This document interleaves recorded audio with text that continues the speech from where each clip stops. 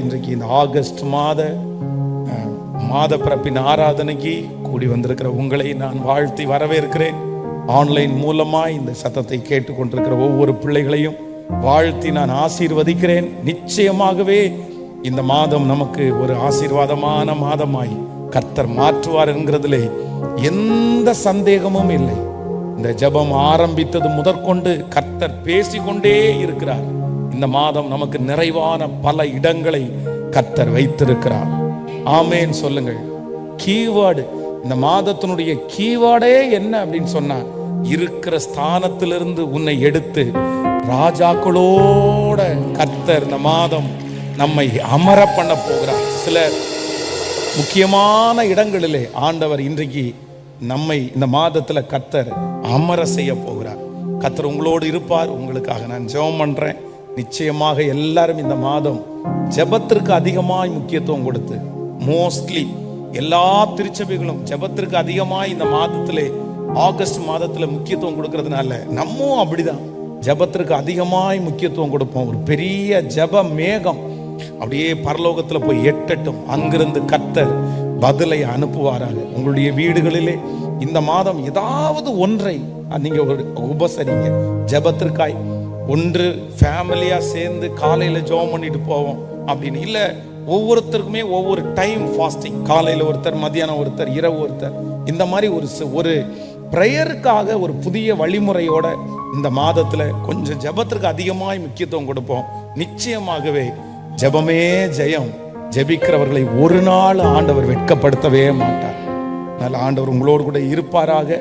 இந்த மாதத்துல ஆண்டவர் ரொம்ப அழகான ஒரு வாக்குத்தத்த வசனத்தை ஆண்டவர் நமக்கு தந்தார். வேதத்தை எல்லாரும் திறந்து அந்த வசனத்தை நம்ம வாசிக்க போகிறோம்.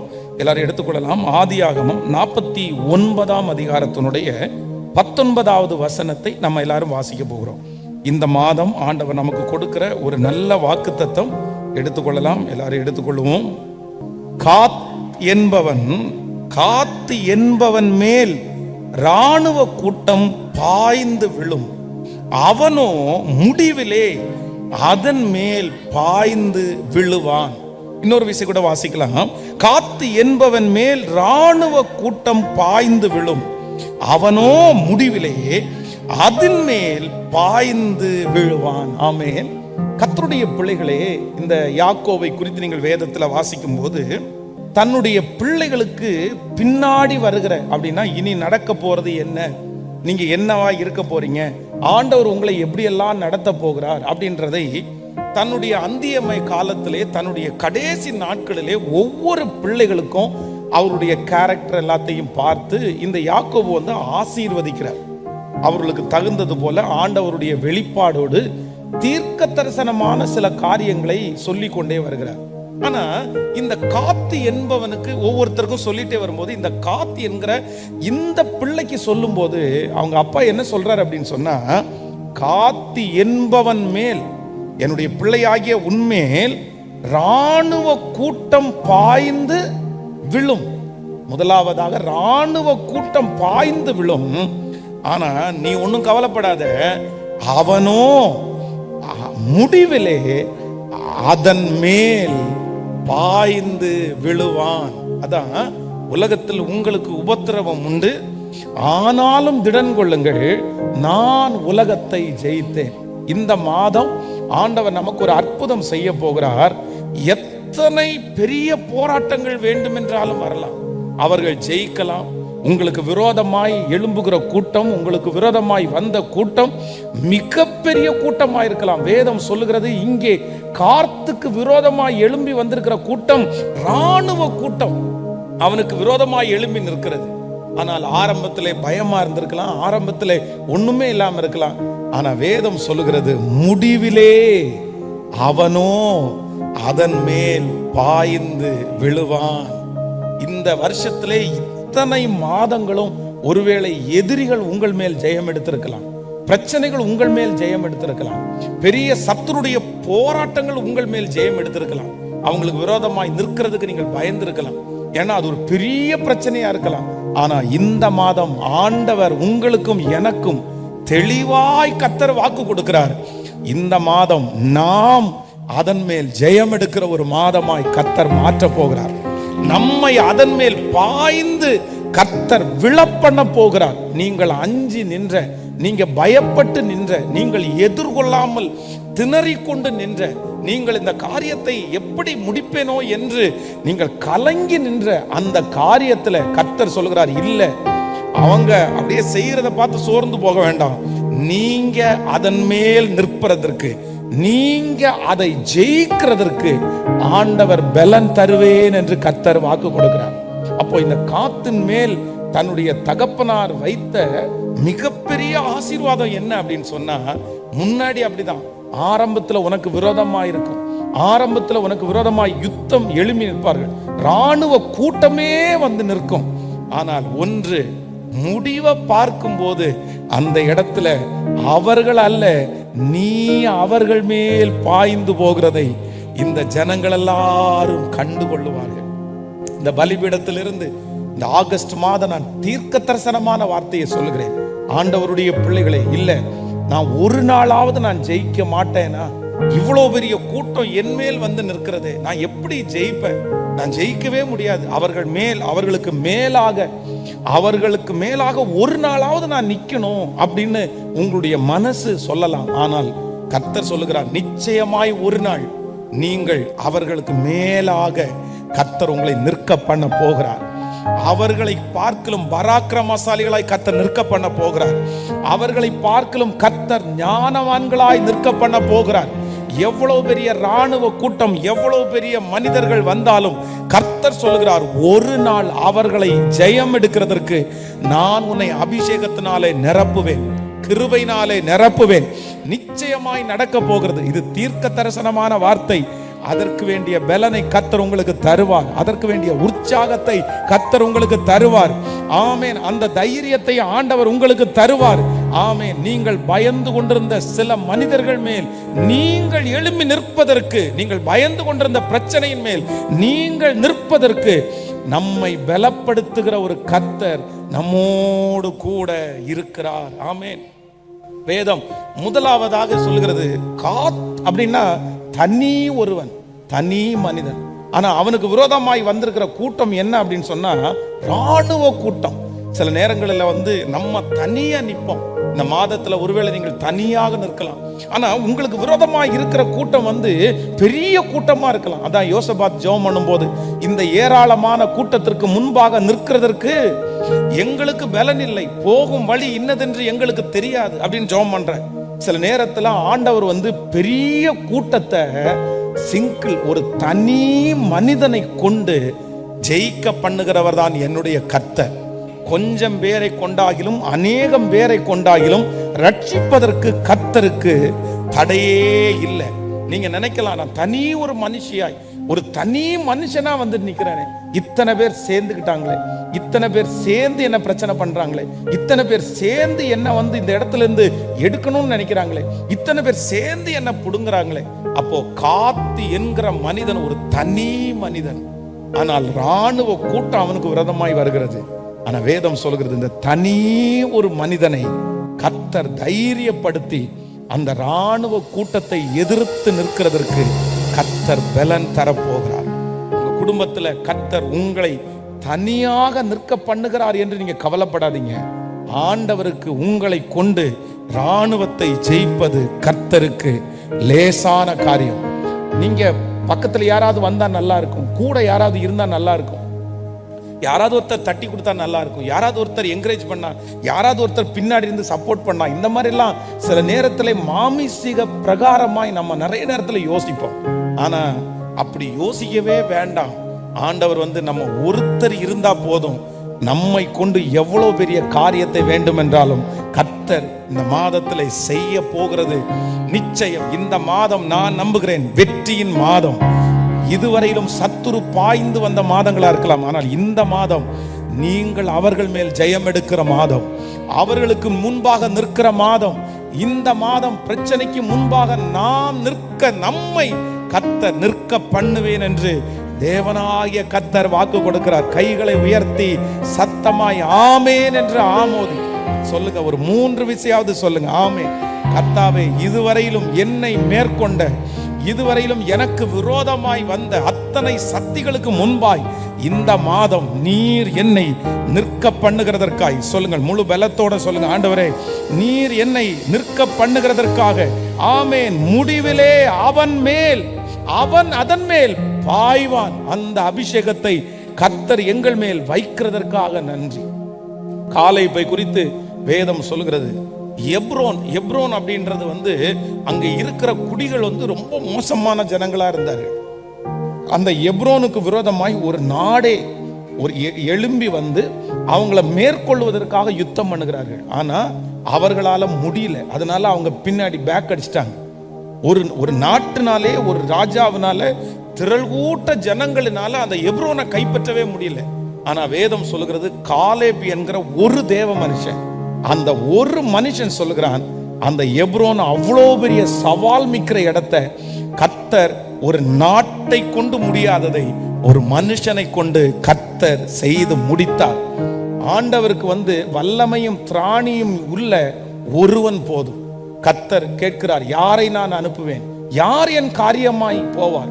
அப்போ ஏசாயா சொல்லுகிறான், ஆண்டவரே அடியேன் நான் இருக்கிறேன்.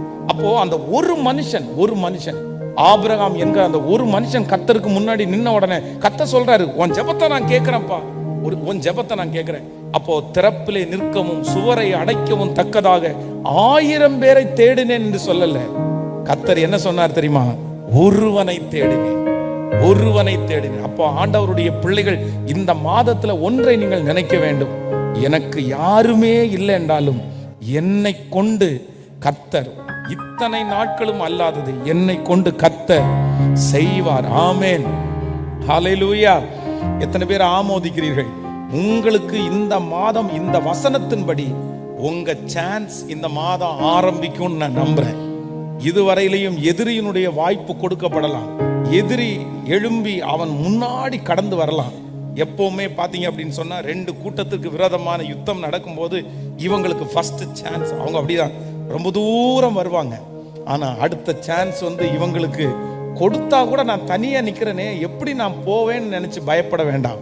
இந்த மாதம் இந்த வசனத்தின்படி கர்த்தர் சொல்லுகிறார், அவர்கள் முன்பாக உங்கள் மேல் பாய்ந்தார்கள். ஆனா இந்த மாதம் நீங்கள் அவர்கள் மேல் கர்த்தர் முன்னேறுவதற்கு, கடந்து போவதற்கு ஒரு வாய்ப்பை கர்த்தர் ஏற்படுத்துகிறார். தலை நிமிர நிற்பதற்கு கர்த்தர் ஒரு வாய்ப்பை ஏற்படுத்துகிறார். சொல்லுங்கள், உங்கள் தலையின் மேல் கரங்களை வைத்து சொல்லுங்கள், இந்த வாக்குத்தத்தம் என்மேல் நிறைவேற போகிறதற்காக ஸ்தோத்திரம். சொல்லுங்கள், என்மேல் நிறைவேற போகிறதற்காக ஸ்தோத்திரம். முழு பலத்தோடு சொல்லுங்கள், ஆண்டவரே இந்த வாக்குத்தத்தம் என்மேல் நிறைவேற போகிறதற்காய் ஸ்தோத்திரம். ஆமென் சொல்லுங்கள். வாசிக்கலாம் அந்த வசனத்தை திரும்ப. ஒரு காத் என்பவன் மேல் ராணுவ கூட்டம் பாய்ந்து விழும், அவனோ முடிவிலே அதன் மேல் பாய்ந்து விழுவான். எப்பவுமே ஒரு யுத்தத்துல இல்லைன்னா ஒரு டெஸ்ட்ல ஆரம்பம் இல்லை, முடிவில் யாரு ஜெயிக்கிறா அப்படின்றது தான் ரொம்ப முக்கியமானது. என்ன விளையாட்டா இருக்கட்டும், ஒரு ஃபுட்பாலா இருக்கட்டும், ஒரு கிரிக்கெட்டா இருக்கட்டும், எந்த விளையாட்டு பாருங்க, ஸ்டோரி எழுதி போடுறோம், அந்த அதனுடைய வெற்றியை எழுதி போடுறவங்க பாத்தீங்கன்னா சிலர் ஆரம்பத்தில் பாத்தீங்கன்னா அத்தனை போவாங்க. நீங்க எலெக்ஷன் நடக்கும்போது கூட நம்ம நிறைய பேர் நியூஸ்ல எல்லாம் கேட்போம். அப்போ அந்த நியூஸ்ல எண்ணிட்டே இருப்பாங்க, அந்த ஓட்டு எண்ணிட்டு இருந்த உடனே அவ்வளவுதான், கோயம்புத்தூர்ல இவங்க முன்னணியில போயிட்டு இருக்காங்க, இவங்க முன்னணியில போயிட்டு இருக்காங்க, அப்படி வந்துட்டே இருக்கும். உடனே நிறைய பேருக்கு ஐயோ முன்னணியில போயிட்டு இருக்கிறீங்களா? அதெல்லாம் இல்ல, கடைசியில அந்த கடைசி ஓட்டு எண்ணி முடிக்கும் போது அப்ப ஒரு அனௌன்ஸ்மெண்ட் பண்ணுவாங்க தெரியுமா? எப்பா நீ ஓட்டு எண்ணிக்கை 9 மணி நேரத்துல 8:45 மணி நேரத்திற்கு எப்படி இருக்கலாம், இவன் தான் வரலாம். ஆனா அதை வச்சு நம்ம கணிக்க முடியாது. அந்த கடைசி நிமிஷத்துல எங்கேயோ இருந்த ஒருத்தர் அப்படியே நின்னு இவர் இல்ல இவர் ஜெயிப்பார் அப்படின்னு சொல்லும் போது சிலருக்கு ரொம்ப பிரமிப்பா இருக்கும். அப்போ ஆரம்பத்திலிருந்து ஓடுறவர்கள் அல்ல, இந்த இடத்துல ஆண்டவர் தெளிவாய் சொல்லுகிறார், இல்ல காத்து என்பவனுக்கு விரோதமாய் ஒரு ராணுவ கூட்டம் பல மாதங்கள், பல வருடங்கள், பல நாட்களாக அவனை பாய்ந்து விழுந்துட்டே இருக்காங்க. அவங்க மேல பிரச்சனை பண்ணிட்டே இருக்காங்க, நெருக்கம் கொடுத்துட்டே இருக்காங்க, அவமானம் வந்துட்டே இருக்குது. ஆனா ஒன்று, எல்லாம் முடியும் போது முடிவிலே அந்த பினிஷிங், அந்த எண்டுல காத்து என்ற அந்த ஒரு தனி நபர் அவர்கள் மேல் விழுவதற்கு, ஜெயத்தை எடுப்பதற்கு கர்த்தர் இரக்கம் பாராட்டி அந்த வார்த்தையை கொடுத்தது போல இந்த மாதம் கரங்களை தட்டுகிற ஒவ்வொருத்தருக்கும் அப்படியே நடக்கும். ஆமென். ஸ்தோத்திரம், ஸ்தோத்திரம். இந்த வார்த்தை நிறைவேற போகிறது. முடிவிலே நீங்க தான் ஜெயிக்க போறீங்க. தேவ பிள்ளையே, சிஸ்டர், நீங்க தான் முடிவிலே ஜெயிக்க போறீங்க. பிரதர், நீங்க தான் முடிவிலே ஜெயிக்க போறீங்க. ஆமென். துன்மார்க்கன் வளரட்டும், துன்மார்க்கன் கொளிக்கட்டும், துன்மார்க்கன் சந்தோஷப்படட்டும். நிறைய பேர் பாத்தீங்கன்னா இன்னைக்கு நிறைய ஆண்டவருடைய பிள்ளைகளை பார்த்து கேட்பாங்க, என்ன நீ என்ன கண்ட, ஆண்டவரிடத்துல போய் என்ன கண்ட, என்ன உனக்கு கிடைச்சிருச்சு, நீ இவ்வளவு தியாகமா வாழ்ந்ததுக்கு, நீ அல்லேலூயா அப்படின்னு கத்தியதுக்கு, என்னென்னமோ சொல்லுவாங்க. ஆனா இப்ப அவங்க பாத்தீங்கன்னா நம்மளை கிண்டல் பண்ணும்போது அவங்க நல்லா தான் இருப்பாங்க. அவங்க பணம் இருக்கும், அவங்களுக்கு கார் இருக்கும். பாரு, எனக்கு 10 காருக்கு 20 கார் இருக்கு, எனக்கு பாரு பணம் இருக்குது, உனக்கு என்ன இருக்குது, உன் கடவுள் உனக்கு என்ன கொடுத்தாரு, இப்படின்னு எல்லாம் கேட்கலாம். ஆனா இவங்க எல்லாருக்கும் எப்ப விளங்கும் தெரியுமா? முடிவென்ற ஒன்று வரும், நியாய தீர்ப்பு என்கிற ஒரு நாள் வரும். அந்த நியாய தீர்ப்பின் நாளிலே அவர்களும் அங்க வந்து நிற்பாங்க, நம்மளும் அங்க வந்து நிற்பாங்க. அங்க அவங்களுடைய கார் அவங்களுக்கு பிரயோஜனமா இருக்காது, அங்க அவங்களுடைய சொத்து அவங்களுக்கு பிரயோஜனமா இருக்காது. இந்த உலகத்துல எவ்வளவு சம்போகமாய் வாழ்ந்தாலும் அந்த இடத்துல உங்களையும் என்னையும் கர்த்தர் நிறுத்தி முடிவிலே உங்களையும் என்னையும் தலை நிமிர பண்ணுகிற கர்த்தர், உங்கள் தலைகளிலே கிரீடங்கள் வைக்கப்படும், உங்களுடைய கிரீடத்திலே முத்துகள் பொறிக்கப்படும். அதனால இந்த சத்தத்தை கேட்கிற இந்த மாதத்துல வருத்தத்தோட இருக்கிற ஆண்டவருடைய பிள்ளைகளை, யார் வேணாலும் முன்னேறி போகட்டும், யார் வேணாலும் சவால் உள்ளத்துல விடட்டும், யார் வேணாலும் உனக்கு என்ன இருக்குன்னு கேட்கலாம். ஸ்தோத்திரம். அவருடைய வாழ்க்கையில வந்து பல மாதங்களாய் பல வருடங்களாய் அவர்கள் ஜெயித்து கொண்டே இருக்கலாம். அவங்க உங்களை பார்த்து சவால் விடுறதை பார்த்து நீங்க சோர்ந்தே போகாதீங்க. கர்த்தர் சொல்லுகிறார், நம்முடைய தேவன் ஆரம்பம் நமக்கு அற்பமானாலும் நம்முடைய முடிவை சம்பூரணமாய் மாற்றுகிற கர்த்தர். இந்த பிரச்சனையினுடைய முடிவில் உங்களுக்கு வெற்றி உங்க பக்கம் தான் வரும். இந்த காரியத்தினுடைய முடிவில் நீங்க தான் அந்த இடத்துல நிக்க போறீங்க. இந்த காரியம் உங்க பக்கத்துல தான் வெற்றியாய் முடிய போகிறது. அவர்கள் முன்பாக எத்தனை ஸ்கொயர் அவங்க எடுத்தாலும் அதை குறித்து நீங்க கவலையே பட வேண்டாம்.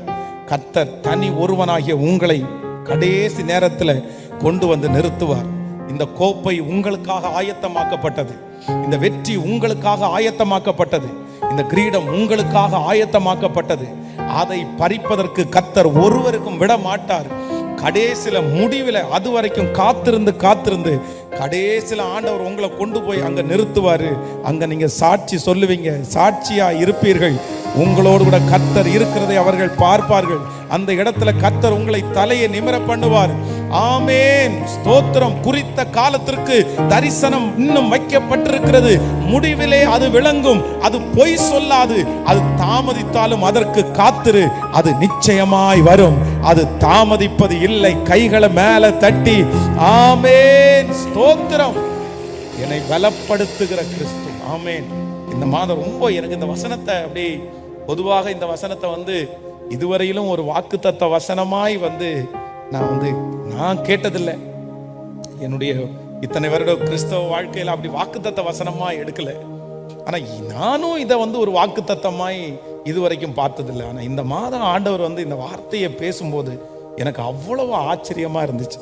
யோசேப்பை குறித்து இந்த யாக்கோபு வந்து தன்னுடைய பிள்ளைகளுடைய பலருக்கு நம்ம சொன்ன வார்த்தையை நம்ம வந்து வாக்குத்தத்தமா எடுத்திருக்கிறோம். யோசேப்புக்கு சொல்லு, யோசேப்பு கனிதரும் செடி, அவன் நீரூற்றண்டையிலுள்ள கனிதரும் செடி, அவன் கொடிகள் சுவரின் மேல் படரும்.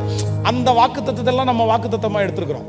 ஆனா அவருக்கு ஒரு இன்னொரு பிள்ளை இருக்குது, அது காத்து. அந்த புள்ள தலை மேல இப்படி ஒரு வாக்குத்தத்தம் வச்சிருக்கிறத வந்து நம்ம நிறைய பேருக்கு மறைவா இருந்துச்சு. ஆனா இந்த மாதம் ஆண்டவர் ஸ்பெஷலா நமக்கு சொல்றாரு, இல்லை, உங்களுக்கு மேலையும் என் மேலையும் காத்தனுடைய அபிஷேகம் தான் கர்த்தர் வைத்திருக்கிறார். அவனுக்கு விரோதமாய் ஒரு மிகப்பெரிய படையே எழும்பி அவனுக்கு விரோதமாய் நின்றது. ஆனா முடிவிலே காத் அவர்களுக்கு விரோதமாய் அவன் மேல் பாய்ந்து போவான். ஆமென் சொல்லுங்கள். ஸோ இந்த வசனத்தை வாசிச்சுட்டே இருக்கும்போது இந்த காத்து என்கிற இந்த யாக்கோபனுடைய பிள்ளைகளிலே இந்த பிள்ளை காத்து என்கிற இந்த மகனுக்கு நம்ம நிறைய பேர் அதை கண்டுக்காத ஒரு மனுஷன். ஆனா இவன் மேல ஆண்டவருடைய பெரிய ஆசீர்வாதங்கள் அடங்கி இருந்திருக்கிறது. அப்ப ஆண்டவர் இந்த மாதத்துல காத்து என்கிறவனுடைய ஆசீர்வாதத்தை நம்ம தலையின் மேல் வைப்பேன் என்று கர்த்தர் வாக்கு கொடுக்கிறார். அப்போ சீக்கிரமாய் வேதத்தை திறந்து வாசிக்கலாம். ஆதியாகமம் 30ஆம் அதிகாரத்தினுடைய 11வது வசனத்தை வாசிக்க போகிறோம். ஆதியாகமம் 30ஆம் அதிகாரம் 11வது வசனத்தை வாசிக்கலாமா? அப்பொழுது லேயாள் ஏராளமாய் இருக்கிறது என்று சொல்லி அவனுக்கு காத் என்று பெயரிட்டாள்.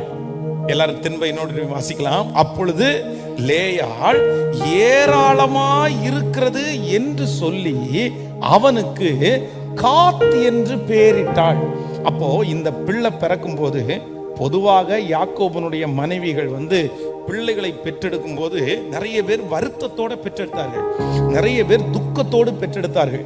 வேதம் சொல்லுகிறது, யாக்கோபு நேசித்த ராகேல் தன்னுடைய பென்யமீனை பெற்றெடுக்கும் போது அவங்க துக்கத்தோடு அவனை பெற்றெடுக்கும் போது அவங்க அப்பா தான் அந்த பேரை மாற்றி வைக்கிறாரு. ஆனா இந்த லேயாள் தன்னுடைய இந்த காத்து என்கிற இந்த பிள்ளையை பெற்றெடுக்கும் போது அவங்க சந்தோஷத்தோடு என்ன சொல்றாங்க அப்படின்னு சொன்னா, ஏராளமா இருக்கிறது என்று சொல்லி அவனுக்கு காத்து என்று பெயரிட்டாள். அப்போ நான் நம்புறேன், இந்த காத்து தலையின் மேல் இருக்கிற அபிஷேகம் என்ன அப்படின்னா, அவன் கொஞ்சம் அல்ல, அவன் திரளா இருக்கிறவன். ஹல்லேலூயா. கர்த்தர் இந்த ஆண்டு கூட நமக்கு வாக்கு கொடுத்திருக்கிறார், நான் உன்னை மிகவும் திரளாய் பெருக பண்ணுகிற கர்த்தர், நம்மை திரளாய் பெருக பண்ணுகிற கர்த்தர். அப்போ ஆண்டவருடைய பிள்ளைகளே, இந்த காத்திற்கு கொடுத்த இந்த வாக்கு தத்தத்தை இந்த மாதம் ஆண்டவர் தருகிறார். என்னவா இருக்கு அப்படின்னு சொன்னா, ஏராளமா இருக்கிறது. இவன் பிறக்கும் போது ஆண்டவர் அவன் மேல் ஒரு பெரிய திட்டத்தை ஆண்டவர் வச்சிருக்கிறார், ஒரு பெரிய நோக்கத்தை வச்சிருக்கிறார். நீ சாதாரணமானவனா இப்ப இருக்கலாம். பொதுவாக யாக்கோபு கல்யாணம் பண்ணின ராகேல் லேயாள். ஆனால் லேயாளை குறித்து வேதம் சொல்லுகிறது, அவள் அற்பமாய் எண்ணப்பட்டாள். அவளுடைய கண்ணு எப்படி இருந்துச்சுன்னா கூச்ச பார்வையா இருந்துச்சாமா. ஆனால் அற்பமாய் எண்ணப்பட்ட லேயாளை கர்த்தர் பார்த்தார். பாருங்க, அவருடைய குடும்பத்துல அவங்களுக்கு அங்கீகாரம் இல்லை, பெரிய அளவுள்ளவள் அல்ல, ஒரு சாதாரணமான ஒரு பெண்மணி. யாக்கோவும் ரொம்ப பெருசா அட்ராக்ஷனா அவன் மேல நேசிக்கல. ஆக மொத்தத்துல அவர் 7 7 14 வேலை செஞ்சாலும் இந்த 14ஐயும் யாருக்காக தான் செஞ்சாரு சொல்லுங்க? ராகேலுக்காக தான் செஞ்சாரு. இந்த லேயாளுக்காக 7 வருஷம், ராகேலுக்காக 7 வருஷம்னு அவங்க அப்பா தான் சொல்றாரே தவிர, இவருடைய மனசுக்குள்ள அந்த 7 வருஷம் யாருக்கு தான்? ராகேலுக்கு தான். அடுத்த 7 வருஷம் யாரு தான்? இந்த உலகத்திலேயே ஒரு பெண்ணினுடைய மிகப்பெரிய மன கஷ்டம் என்ன அப்படின்னு சொன்னா, தன்னுடைய கணவனார் தான் கூட நிக்கல, தன்னுடைய கணவனார் தனக்கு எதுவும் செய்யல, தன்னுடைய கணவனார் தன்னை நல்லா வச்சுக்கல அப்படின்றது பொதுவாக உலகத்துல இருக்கிற எல்லா பெண்களுக்கும் அது ரொம்ப வருத்தத்துக்குரிய விஷயம். அதுவும் ஒருத்தரை நேசித்து இன்னொருத்தரை அவாய்ட் பண்றது அப்படின்றது ரொம்ப கஷ்டம் இல்ல. இவனுடைய அதுவும் இந்த பிள்ளைகளுடைய தகப்பனாய லாபான் ரொம்ப தந்திரக்காரனான மனுஷன். இவருக்கு இந்த பிள்ளை இன்னொரு பிள்ளை மேலதான் ஆசைப்பட்டார். சரி, அந்த பிள்ளைய அவனுக்கு கல்யாணம் பண்ணிட்டு இந்த பிள்ளை வேற யாருக்காவது ஒருத்தர் கல்யாணம் பண்ணிக்கலாம். ஆனா தன்னுடைய சொத்து போகக்கூடாது, தன்னுடைய பணம் போகக்கூடாது, தனக்கு வேலை செய்யறதுக்கு ஒரு பையன் கிடைச்சிட்டான் அப்படின்னு நினைச்சிட்டு தன்னுடைய பிள்ளையினுடைய அனுமதி கூட கேட்டாரோன்னு தலைமை தள்ளி விடுறது மாதிரி தள்ளி விட்டார். இந்த லேயாளை குறித்து வேதத்துல நம்ம தியானிச்சோம் அப்படின்னு சொன்னா, இந்த லேயாள் கடந்து வந்த சூழ்நிலை ரொம்ப மோசமானது. எல்லா பக்கத்திலும் அவளுக்கு நெருக்கம். ஒரு பிள்ளை, ஒரு பெண் பிள்ளைக்கு, பெண் பிள்ளை அப்படின்னு ஒண்ணு பார்த்தா ஃபர்ஸ்ட் என்ன பார்ப்பாங்க தெரியுமா? அந்த பிள்ளையினுடைய அழகை தான் பார்ப்பாங்க. இந்த உலகம் அப்படிதான் இருக்குது. ஆனா இந்த பிசிக்கல் அட்ராக்ஷன் தான் ஒரு பெண் பிள்ளைக்கு ரொம்ப முக்கியமான அட்ராக்ஷனா உலகம் பார்க்கும். கர்த்தர் அப்படி பார்க்கிறவரா இல்ல, மனிதனோ முகத்தை பார்க்கிறான், கர்த்தரோ. ஆனா பொதுவா நம்முடைய ஊர்லயே பாருங்களேன், ஒரு பெண் பிள்ளை என்று சொன்னாலே நம்ம என்ன பார்ப்பாங்க? அவங்களுடைய வெளி தோற்றம். ஆனா இவங்களுக்கு பிசிக்கல் அட்ராக்ஷன் இல்லை. வேதம் சொல்லுகிறது அவள் கூச்ச பார்வை. அவங்க என்ன அழகா எப்படி இருந்தாங்கன்னு தெரியல. ஆனா பட் யாக்கோபுக்கு அவளை என்ன பண்ணல, அந்த அளவுக்கு அட்ராக்ஷனா பிடிக்கல. பொதுவா மூத்த பிள்ளையை தான் கல்யாணம் பண்ணணும். ஆனா இளைய பிள்ளை மேல லவ் வருது, மூத்த பிள்ளை மேல என்ன வரல. அப்போ பிசிக்கல் அட்ராக்ஷன் அவருக்கு இல்ல. முதலாவதாக தன்னுடைய சரீர ரீதியா அந்த மகள் ஒதுக்கப்பட்ட பொண்ணு. ரெண்டாவது, அவங்க அப்பா என்ன நினைக்கிறார் அப்படின்னு சொன்னா, எப்படியாவது தள்ளி விட்டா சொல்லுங்களேன். இது ரொம்ப கொடுமையான ஒன்று இல்ல. எப்படி நம்மளை ஒத்துக்க முடியும்? அவர் 7 வருஷம் அவனுடைய மருமகன் வேலை செய்யறது இன்னொரு பொண்ணுக்காக. நைட்டோட நைட்டா நீ ட்ரெஸ் அப் சேஞ்ச் பண்ணுமா, நீ இப்ப நகை எடுத்து போடு, உன்னை கொண்டு போய் நான் கல்யாணம் பண்ணி வைக்கிறேன்னு சொன்னா எந்த பொண்ணு ஒத்துக்கும்? ஆனா இவங்களால ஒண்ணுமே பண்ண முடியாது. இவங்களால திரும்ப எடுத்து ஐயோ நான் அப்படி இல்லை, என்ன விட்டுருங்க அப்படின்னு கூட எதிர்த்து பேசுற அளவுக்கு இல்லை. இப்போ அவனுடைய தகப்பனார் கொண்டு விருப்பமே இல்லாத, யாருன்னே தெரியாத, இது என்னுடைய அந்த பொண்ணுன்னு நினைச்சு நிக்கிற அந்த பையன் இடத்துல கொண்டு போய் இரவில் விடுற. நீ அன்று இரவிலே அவன் தன் குமாரத்தியாகிய லேயாளை அழைத்து கொண்டு போய் அவனிடத்தில் விட்டான், அவளை அவன் சேர்ந்தான். அவ்வளவுதான். இப்போ கல்யாணம் ஆயிடுச்சு விருப்பம் இல்லாம. ஆனா காலையில எந்திரிச்சு பார்த்த உடனே இவன் பார்த்தா யார் இருக்கா? லேயாள். அவனுக்கு கொஞ்சம் ஏமாற்றம் தான், கொஞ்சம் இல்ல பெரிய ஏமாற்றம் தான். ஆனா என்னதான் ஏமாந்தாலும் நமக்கு மனிதாபிமானம்னு ஒண்ணு சொல்லுங்களேன். சரி என்னமோ இந்த பிள்ளை கல்யாணம் பண்ணி வச்சுட்டாங்க, கல்யாணம் பண்ணியாச்சு, நம்ம இரவில் அவன் கூட இருந்தாச்சு, அவ்வளவுதான். சரி சத்தம் போட்டு சரிப்பா நீ இப்படிப்பட்ட துரோகத்தை பண்ணலாம் அப்படின்னு சொல்றதை விட்டுட்டு யாக்கோபு ஸ்ட்ரெயிட்டா மாமன் இடத்துல போய், எனக்கு ஏன் இப்படி துரோகத்தை? காலையிலே இதோ அவள் லேயாள் என்று யாக்கோபு கண்டு லாபானை நோக்கி, ஏன் எனக்கு இப்படி செய்தீர்? ராகேலுக்காக அல்லவா உம்மிடத்தில் வேலை செய்தேன், பின்ன ஏன் எனக்கு வஞ்சகம் பண்ணினேன்? என்னதான் இருந்தாலும் ராகேலுடைய மனசு இந்த இடத்துல எப்படி இருந்திருக்கும்? ஒரு பெண்ணா, இந்த ஜெபத்துல நிறைய பெண்கள் நீங்க இருக்கீங்க, நீங்க ஒரு பெண்ணா சொல்லுங்க பார்க்கலாம், எப்படி இருந்திருக்கும்? எவ்வளவு மனசு கஷ்டம், எவ்வளவு மனசு கஷ்டம். இவளுக்காக நான் வேலை செய்யல, இவளுக்காக 7 வருஷம் உழைக்கல, நான் உழைச்சது யாருக்கு? நான் ராகேலுக்காக அல்லவோ உம்மிடத்துல 7 வருஷம் வேலை செய்ய, இதை பிடிச்சி என் தலை மேல கட்டி வச்சிட்டீங்க, என்ன இப்ப என்ன பதில் சொல்றீங்க? உடனே அவன் அடுத்து என்ன சொல்றான் அப்படின்னு சொன்னா, அந்தபடியே யாக்கோபு இவளுடைய 7 நாட்களையும் நிறைவேற்றினார். அப்பொழுது தன் குமாரத்தியாகிய ராகேலையும் அவனுக்கு மனைவியாக கொடுத்தான். இப்போ அது இல்ல, உனக்கு என்ன பிரச்சனை? அவங்களுடைய மாமனார் சொல்றான், நான் அந்நியனுக்கு கொடுக்கறத பார்க்கலும் இன்னொரு பிள்ளையும் நான் யாருக்கு தருவேன்? எப்படி ஏத்துக்க முடியும்?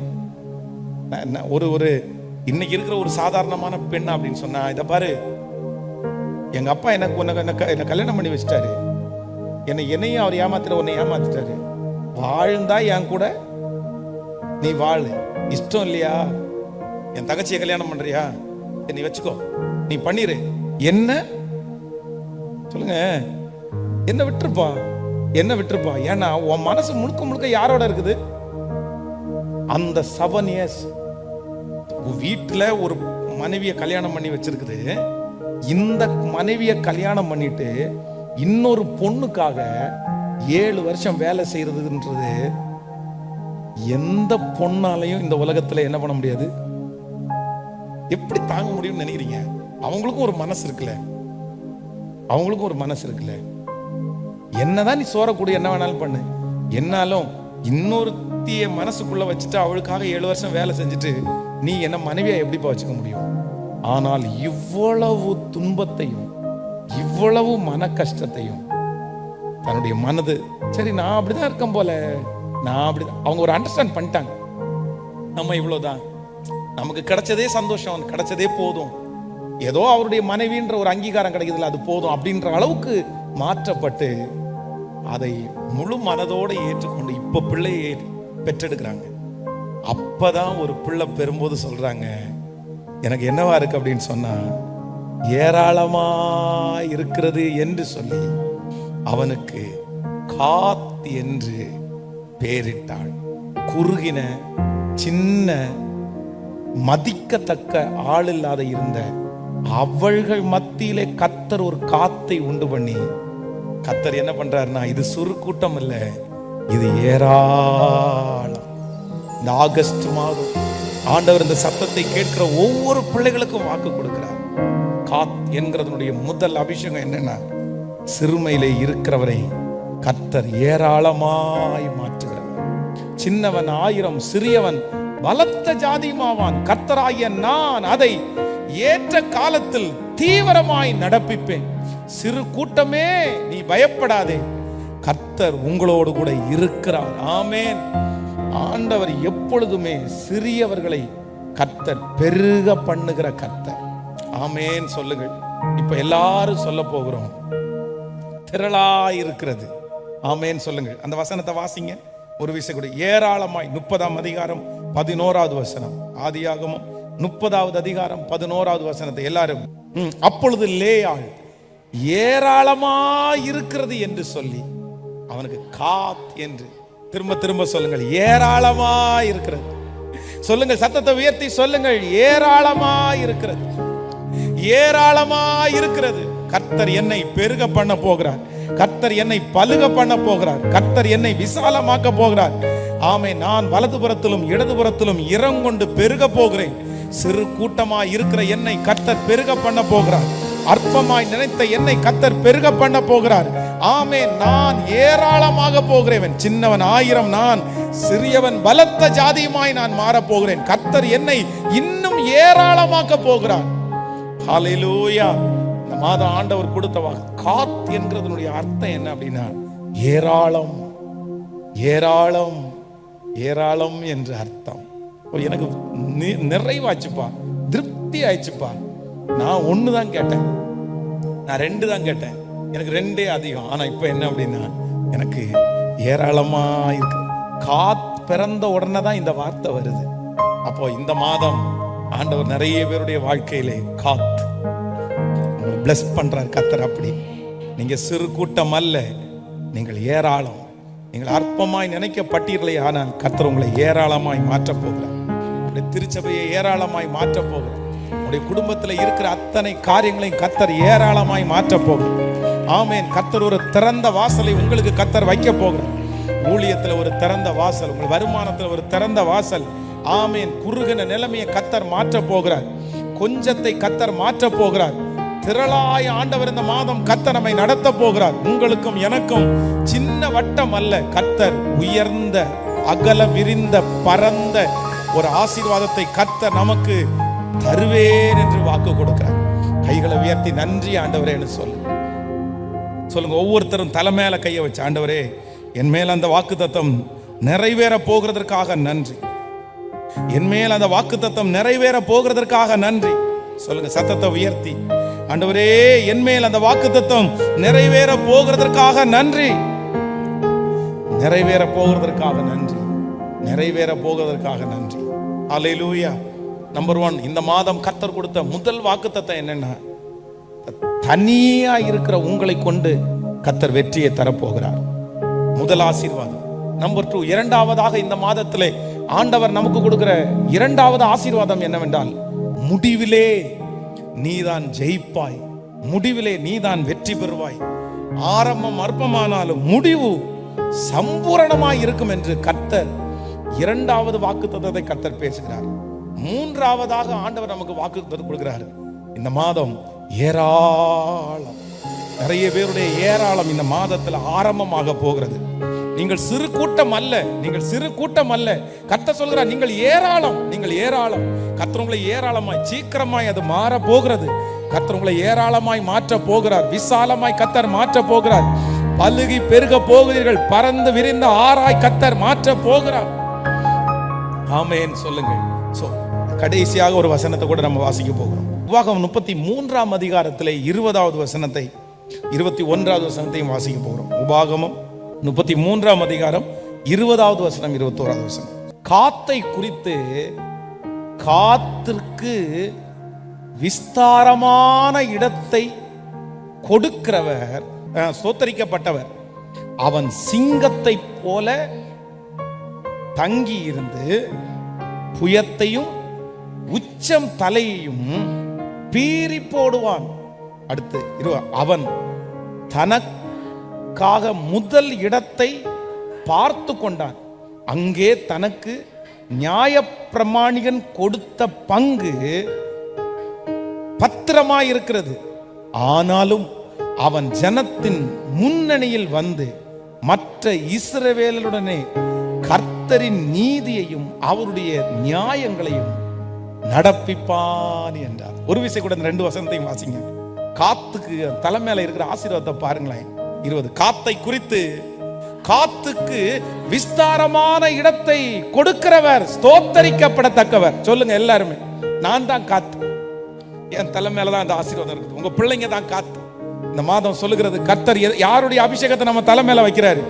நம்முடைய குடும்பத்தின் மேல யாருடைய அபிஷேகத்தை வைக்கிறாரு? யாக்கோபினுடைய பிள்ளையாகிய காத்துனுடைய அபிஷேகத்தை நம்ம மேல வச்சிருக்கிறாரு. சோ காத்துனுடைய முதல் அபிஷேகம் ஃபர்ஸ்ட், நம்பர் 1, முதலாவதாக நான் சொன்னேன். காத்துக்கு ஆண்டவர் செஞ்ச முதல், அவன் தனியாய் நின்று கர்த்தர் அவனை ஜெயிக்க பண்ண போகிறார். நம்பர் 2, அவன் மேல் 2வது அபிஷேகம், முடிவிலே அவன் வெற்றி அடைய போகிறான். கர்த்தர் அவனை வெற்றி அடைய பண்ண போகிறார். நம்பர் 3, 3ஆவதாக ஆண்டவர் காத்து மேலே வைத்திருக்கிற 3வது அபிஷேகம், அவன் ஏராளமாய் பெருக பண்ண போகிறான். 4வது இந்த இடத்துல சொல்லுகிறது, காத்தை குறித்து, காத்துக்கு விஸ்தாரமான இடத்தை கொடுக்கிறவர் ஸ்தோத்தரிக்கப்படத்தக்கவர். அவன் சிங்கத்தை போல தங்கியிருந்து புயத்தையும் குச்சந்தலையும் பீறி போடுவான். அவ்வளவு பலன் அவனுக்கு. அடுத்து 21, அவன் தனக்கான முதல் இடத்தை பார்த்து கொண்டான். அங்கே தனக்கு நியாய பிரமாணிகன் கொடுத்த பங்கு பத்திரமாயிருக்கிறது. ஆனாலும் அவன் ஜனத்தின் முன்னணியாய் வந்து மற்ற இஸ்ரவேலருடனே கர்த்தரின் நீதியையும் அவருடைய நியாயங்களையும் நடப்பிப்பான். ஆமென்.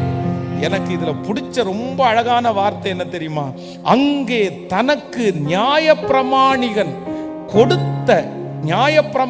கொடுத்த பங்கு பத்திரமா இருக்கிறது. சொல்லுங்கள் எல்லாரும் சொல்லுங்கள், அங்கே தனக்கு நியாயப்பிரமாணிகன் கொடுத்த பங்கு.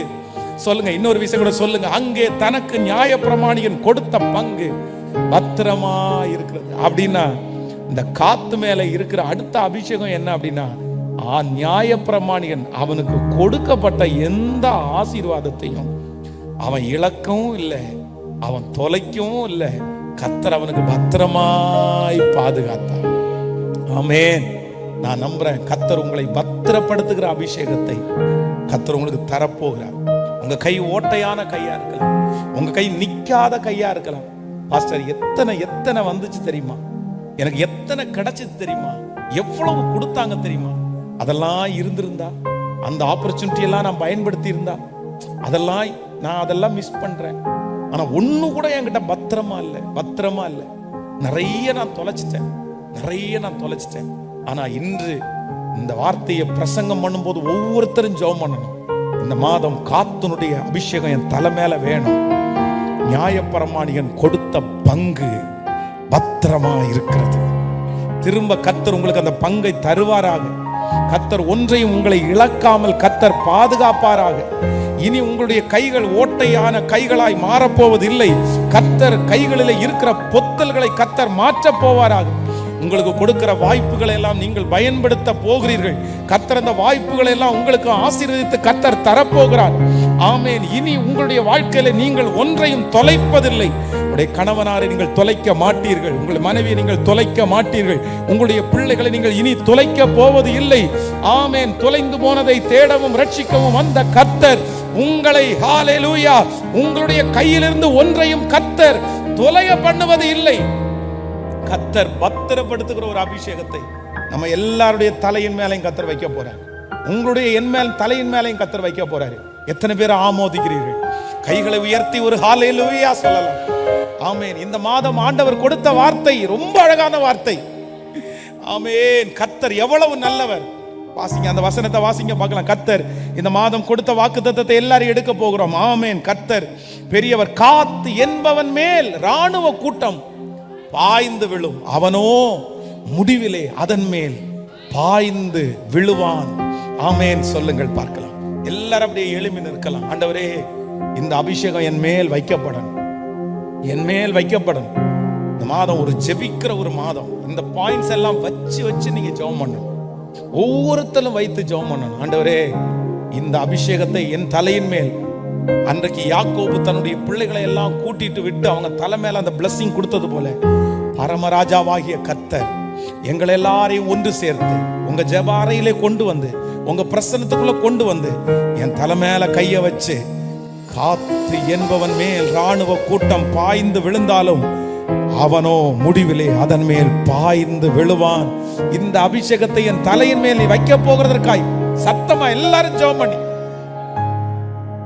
நன்றியப்பா, நன்றியப்பா, நன்றியப்பா, நன்றியப்பா, ஸ்தோத்திரம்.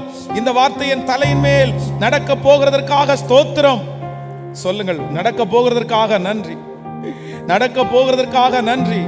என் ஜனங்கள் ஒருபோதும் வெட்கப்பட்டு போவது இல்லை என்று திருவிழம் பற்றின கர்த்தாவே, இப்பொழுது கர்த்தர் எங்கள் மத்தியிலே கடந்து வருவீராக. நன்றியப்பா, நன்றி, நன்றி, நன்றி, நன்றி, நன்றி, நன்றியப்பா. இந்த வார்த்தைகள் நிறைவேற போகிறதற்காக நன்றி. இந்த வார்த்தைகள் நிறைவேற போகிறதற்காக நன்றி. இந்த வார்த்தையை நீ நிறைவேற்ற போகிறதற்காக நன்றி. சோ ஆமென். என்ன வந்தாலும் இந்த வார்த்தை எங்கள் வேலை அப்படியே ஆம் என்றும் ஆமென் என்றும் நிறைவேற போகிறதற்காக நன்றி, ஸ்தோத்திரம். என் ஜனங்கள் ஒருபோதும் வெட்கப்பட்டு போவதில்லை.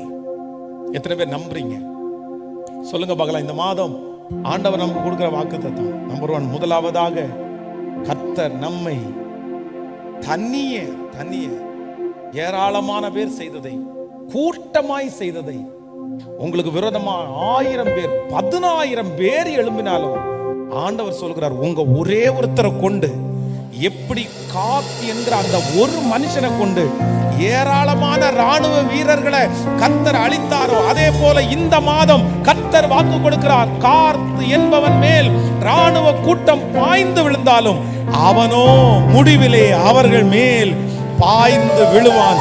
அது அவர்களை குறித்து அவர்கள் என்று சொல்லப்பட்டிருக்கிறது, ஆன காத்தை குறித்து அவன் என்று சொல்லப்பட்டிருக்கிறது. கர்த்தர் வாக்கு கொடுக்கிறார், ஏராளமான கூட்டத்தை பார்த்து பயப்படாதே, நான் உன்னோடு கூட இருந்து உன்னை தைரியப்படுத்தி, நீ ஒரே மனுஷனை முறியடிக்கிறது போல மீதியானியரை முறியடிப்பாய். கர்த்தர் இங்க இருக்கிற நிறைய பேரை தனியாக, கர்த்தர் தனியா, உங்களுக்கு யாரும் இல்லைனாலும் பரவாயில்ல, யாருமே இல்லைனாலும் பரவாயில்ல, யாருமே வேண்டாம், யாருமே நிக்காததை குறித்து சோர்ந்தே போகாதீங்க. கர்த்தர் சொல்கிறார், உன்னை கொண்டு நான் செய்வேன், உன் பிள்ளையை கொண்டு செய்வேன், தனியா நிற்கிற உன் பிள்ளையை கொண்டு நான் செய்வேன், தனியா நிற்கிற உன் கணவனாரை கொண்டு நான் செய்வேன், தனியா நிற்கிற அந்த மகனை மகளை கொண்டு செய்வேன், செய்வேன், செய்வேன். ஆமென். நம்பர் 2, இரண்டாவதாக கர்த்தர் நம்ம தலை மேல இந்த ஆகஸ்ட் மாதம் வைத்த இரண்டாவது மிகப்பெரிய வாக்குத்தத்தம் என்ன அப்படின்னு சொன்னா, இல்ல உன்னை முடிவிலே முடிவிலே முடிவிலே, ஆரம்பத்துல திரளான பேர் அவன் மேல் பாய்ந்தார்கள், அவ்வளவுதான். ஆனா முடிவிலே யார் ஜெயித்தா அப்படின்னு சொன்னா, முடிவிலே காத்து அவர்கள் மேல் பாய்ந்தான். ஆண்டவர் சொல்லுகிறார், இந்த காரியத்தினுடைய முடிவு ஜெயம் உங்க பக்கம்தான், வெற்றி உங்க பக்கம்தான். இந்த பிரச்சனையினுடைய முடிவில் நீங்க தான் ஜெயிக்க போறீங்க. இந்த கேஸினுடைய முடிவில் கர்த்தர் உங்களை தான் ஜெயிக்க பண்ண போகிறார். இந்த பிரச்சனையினுடைய முடிவில் கர்த்தர் உங்களை தான் ஜெயிக்க பண்ண போகிறார். இந்த பரீட்சையினுடைய முடிவில் கர்த்தர் இந்த மாதம் வாக்கு கொடுக்கிறார், உங்களையும் என்னையும் ஆண்டவர் ஜெயிக்க பண்ண போகிறார். கைகளை அசைத்து ஹalleluya. நம்பர் 3, மூன்றாவது, இந்த ஆகஸ்ட் மாதம் கர்த்தர் கொடுக்கிற மூன்றாவது வாக்குத்தத்தம், காத் ஏராளம், இனி எனக்கு ஏராளமாகிறது என்று சொல்லி அவள் அந்த மனுஷனுக்கு காத் என்று அந்த பிள்ளைக்கு பெயரிட்டாள். கர்த்தர் சொல்லுகிறார், சின்னதா இருக்கிற, குட்டியா இருக்கிற, ஒதுக்கப்பட்டு இருக்கிற, தனியா இருக்கிற, புறக்கணிக்கப்பட்ட உங்களை நான் மிகவும் திரளாய் பெருக பண்ணுவேன். உங்கள் மேலும் என் மேலும் சின்ன அபிஷேகம் அல்ல, ஏராளம். மகனே நீ ஒரு ஏராளம், மகளே நீ ஒரு ஏராளம். உங்களுடைய குடும்பம் ஏராளம், உங்களுடைய ஊழியம் ஏராளம், உங்களுடைய வருமானம் ஏராளம், உங்களுடைய உயர்வு ஏராளம். கர்த்தர் உங்களை ஒன்றுக்கு அழைத்தவர் அல்ல, நீ ஏராளமான ஜனங்களுக்கு தலைவன் ஆவாய், நீ ஏராளமான ஜனங்களுக்கு தாயாவாய்.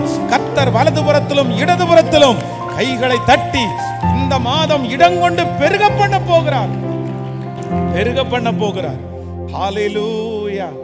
ஏராளம். சோ நம்பர் அடுத்ததாக கடைசியாய் ஆண்டவர் இந்த ஆகஸ்ட் மாதம் நமக்கு கொடுக்கிற பெரிய வாக்குத்தத்தம் என்ன அப்படின்னு சொன்னா, அங்கே தனக்கு நியாயப்பிரமாணிகன் கொடுத்த பங்கு பத்திரமா இருக்கிறது. காத்துக்கு கொடுக்கப்படுகிற அடுத்த ஆசீர்வாதம், அவன் தனக்கு கொடுத்த முதல் இடத்தை பார்த்து கொண்டான். அங்கே தனக்கு நியாயப்பிரமாணிகன் கொடுத்த பங்கு பத்திரமா இருக்கிறது. கர்த்தர் வாக்கு கொடுக்கிறார், இனி நீங்கள் ஒன்றையும் இழப்பது இல்லை. இனி நீங்கள் ஒன்றையும் இழப்பதில்லை. கர்த்தராகிய ஆண்டவர் வாக்கு கொடுக்கிறார். ஆமென். நீங்கள் இனி ஒன்றையும் இழப்பதில்லை. இந்த மாதம் உங்களுக்காகவே உள்ள மாதம். ஆமென். ஆண்டவரை உறுதியாய் பற்றி பிடிங்க. இயேசு உங்களோடு கூட இருப்பாராக. சோ உங்களுக்காக நான் ஜெபிக்கிறேன். ஆகஸ்ட் மாதம் திரளான ஊழியங்கள், நிறைய ஊழிய பிரயாணங்கள், நிறைய கூட்டங்களிலே பேசுகிறேன். எனக்காகவும் பிரயாணத்திற்காகவும் ஜெபியுங்கள். ஆண்டவர் பெரிய மகிமை இந்த மாதம் கர்த்தர் காண பண்ணுவதற்கு வல்லவராக இருக்கிறார். சேர்ந்து எல்லாருமே வந்து ஒரு பாட்டை பாட போறோம். உம்மால் ஆகாத காரியம் ஒன்றுமில்லை, எல்லாமே உம்மால் ஆகும். எல்லாமே உம்மால் ஆகும், ஆகும், எல்லாம் ஆகும். ரொம்ப அழகான பாடல். எல்லாரும் சேர்ந்து பாடி கர்த்தருடைய நாமத்தை நாம் மகிமைப்படுத்த போறோம். ஹalleluya. ஆமென்.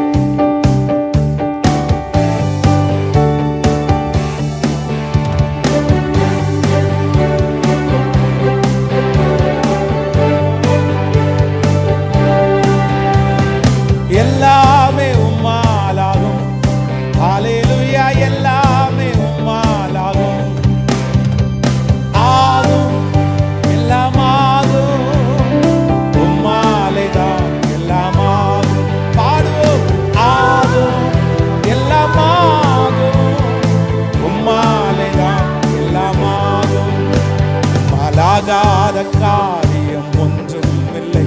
உம்மாலாகாத காரியம். பாடுவோம். உம்மாலாகாத காரியம் ஒன்றும் இல்லை. எல்லாமே உம்மாலாகும். ஹalleluya. எல்லாமே உம்மா. கைகளை மேல தட்டி ஆகும், ஆகும், எல்லாம் ஆகும். உம்மாலேதான் எல்லாம் ஆகும். ஆகும், எல்லாம் ஆகும். உம்மாலேதான் எல்லாம் ஆகும். சொல்லி முடியாத அற்புதம் செய்பவர் நீரே ஐயா, நீரே. எண்ணி முடியா அதிசயம் செய்பவர் நீரே ஐயா, நீரே.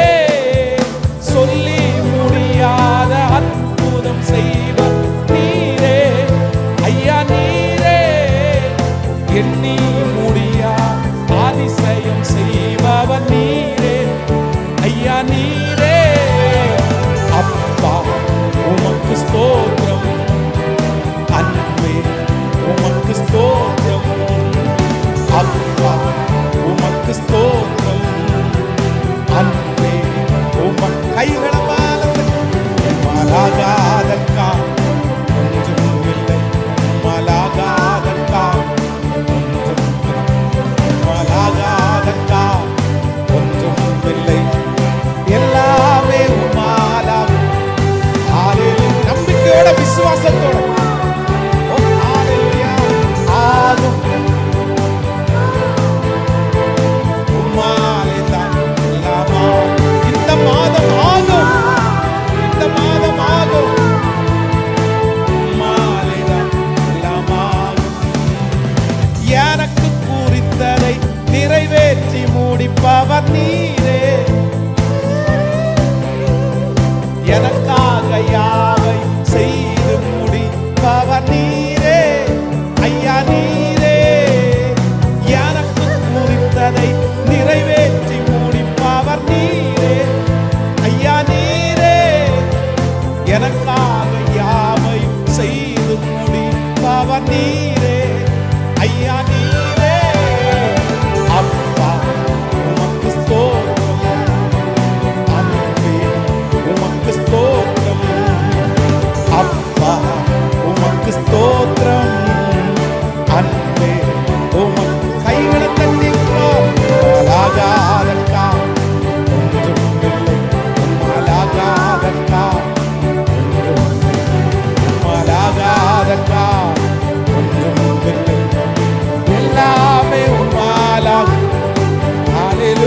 எல்லாமே உம்மா.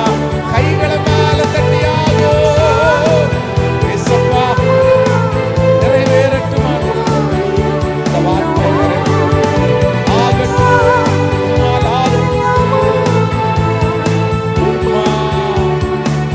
கரங்களை தட்டி கர்த்தருக்கு மகிமை. ஆகும் ஆகும் ஆகும் எல்லாம் ஆகும். உம்மாலேதான் எல்லாமா.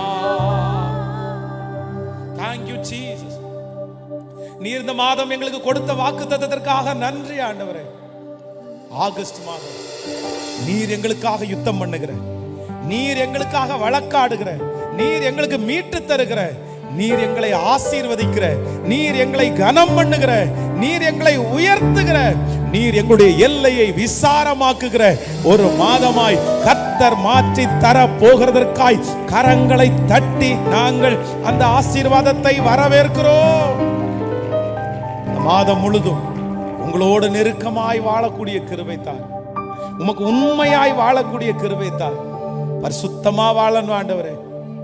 நன்றி அப்பா, நன்றி அப்பா, நன்றி ஆண்டவரே.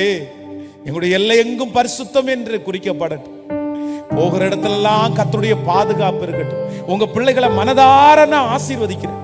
குடிக்கிற தண்ணீர், சுவாசிக்கிற காற்று ஆண்டவரே, சாப்பிடுகிற ஆகாரம், பண்ணுகிற பிரயாணம், செய்கிற வேலை எல்லாவற்றிலையும் கர்த்தருடைய கரம் என் பிள்ளைகளோட இருந்து இதுவரையிலும் நடத்தின கர்த்தர் இந்த மாதமும் கர்த்தர் ஆச்சரியமாய் அற்புதமாய் சாட்சியாய் நிறுத்த போகிறதற்காக ஸ்தோத்திரப்பா.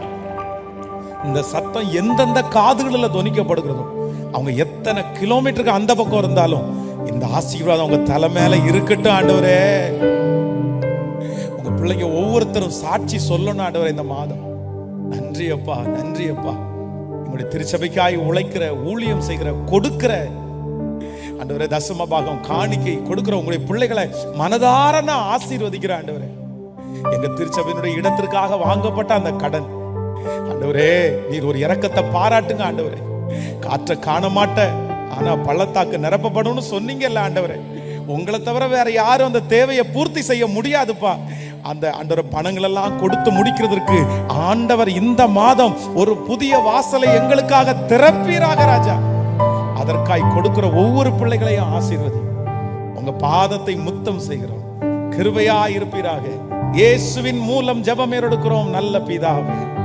என் ஆத்துமாவே கர்த்தரை ஸ்தோத்திரி, என் முழு உள்ளமே அவர் பரிசுத்த நாமத்தை ஸ்தோத்திரி. என் ஆத்துமாவே கர்த்தரை ஸ்தோத்திரி. கர்த்தர் செய்த சகல உபகாரங்களையும் மறவாதே. நம்முடைய ஆண்டவராகிய இயேசு கிறிஸ்துவின் கிருபை, பிதாவாகிய தேவனுடைய அன்பு, பரிசுத்த ஆவியானுடைய அந்யோன்ய ஐக்கியம் நம்மனோடும் இன்றும் என்றும் சதா காலம் கூட இருப்பதாக. ஆமென். ஹல்லேலூயா. சத்தமா hallelujah, hallelujah. Praise the Lord. God bless you. Praise the Lord, praise the Lord. ஆண்டவர் உங்களை ஆசீர்வதிப்பார். கர்த்தர் உங்களோடு இருப்பார்.